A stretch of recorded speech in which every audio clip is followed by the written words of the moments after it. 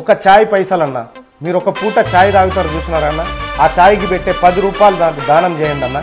మీకు ఎంత వీలైతే అంత. ఎక్కడ దానం చేయాలంటే నేను కింద ఫోన్ నెంబర్ పెడతా ఉన్నా.